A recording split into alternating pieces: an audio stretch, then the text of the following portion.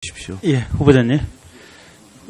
이제 국회 표결을 이렇게 국회에서 인준을 받으시면 소장이 되시는 거잖아요.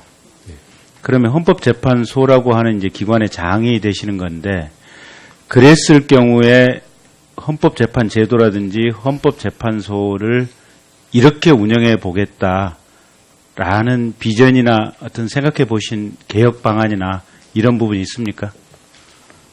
우선 그 내부에 있는 그 인력의 역량 강화 방안을 좀 생각을 해보겠습니다. 그 사기와 역량을 강화해서 연구원이나 직원들 역량을 강화해서 좀 더 나은 그 헌법 재판을 할 수 있도록 그 기본적인 힘을 좀 기르는데 거기에 좀 초점을 맞추고자 합니다. 네. 그 다음에 이 헌법 재판에 그 지금 신속 처리 문제가 계속 문제가 되고 있는데, 예. 이 처리를 어떻게 좀 더 지금보다는 좀 빨리 할 수 있는 방법, 네. 그것이 아주 효과적인 방법을 개발해서 바로 그 시행을 해보려고 합니다. 지금까지도 좀 노력은 했지만은 네. 그 더 효과적인 방법이 있는가를 감안해서 그 방법을 실현해 보려고 하고, 네. 또 그 수준 높은 지금 한국 헌법재판에 대한 기대가 커가지고, 네. 이게 이제 내년도가 이제 헌법재판소가 설립된 이제 30주년이 되는 해입니다. 네. 그래서 이 30주년이 되는 해에 맞춰서 헌법재판이 또 한 단계 발전할 수 있도록, 그리고 국제적인 위상을 더 높일 수 있도록 그 부분에 좀 세 가지 점에서 초점을 맞추려고 합니다. 알겠습니다. 혹시 그 청와대 이제 인사 담당자로부터 통보를 받았을 때 어떤 뭐 그런 부분에 대한 어느 정도 뭐 얘기라든지 이런 게 있었습니까? 그런 말은 전혀 없었습니다. 그런 말씀, 예. 그런 말씀 전혀 없으셨고요. 예.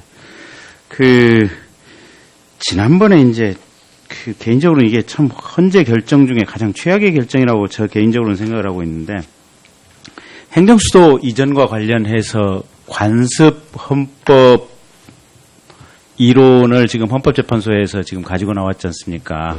근데 이 관습 헌법의 어떤 이론, 관습 헌법이 존재한다라고 하는 헌재의 기존 결정에 대한 지금 후보자님의 생각은 어떠십니까? 그래서 이 부분이 이제 우리 선례로 관습헌법이 인정이 되고, 이 네. 서울이 수도라는 이 관습헌법이 형성이 돼 있다 이렇게 보고, 네. 이건 헌법 개정의 절차에 의해서만 바꿀 수 있다. 우리 선례가 그렇게 돼 있습니다. 예. 그래서 이제 수도를 바꾸려면 헌법을 개정해서 어디론가 옮겨야 되는 네. 이런 상황인데, 이 부분은 저는 그 당시 이 결정이 나왔을 때 네. 조금 저런 이론도 있을 수 있는가 하는 생각은 있었습니다만은, 이거는 지금 헌재가 선례로 좀 확립해 놓은 부분이어서 네. 뭐 이 선례를 존중하지 않을 수 없다 이렇게 생각을 합니다. 근데 이제 글쎄 이걸 뭐 후보자시니까 잘못된 선례는 이게 분명히 바꿔야 되지 않겠습니까? 그러니까 개인적으로 국가적으로 가장 뭐랄까 중요한 정책적인 결정을 할 수 있는 부분을 헌법재판소가 헌법화를 시켜버려가지고 움직일 수 없는 이런 족쇄를 채워버린 이런 셈이어서, 과연 이게 헌재가 그렇게 개입하는 것이 맞았을까? 그런 결론을 과연 내렸어야 됐을까? 그다음에 정책적으로 필요한 수요를 도저히 사실은 불가역적으로 만들어버리는 이런 제동정치를 걸었어야 맞을까라는 생각이거든요, 개인적으로. 그래서 그 부분에 대해서는 헌재 결정이 이미 있기는 하지만 내부적으로도 계속 어떻게 보면 좀 자성과 재검토의 작업들이 좀 있어야 된다고 저 개인적으로 생각하는데 어떠십니까? 충분히 그런 지적도 있을 수 있다고 생각합니다. 네. 그리고 이제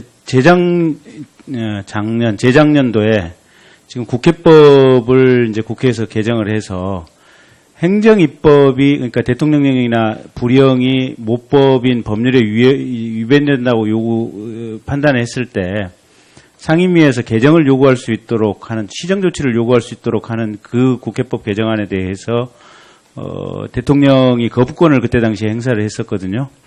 근데 지금 모법의 취지에 어긋나는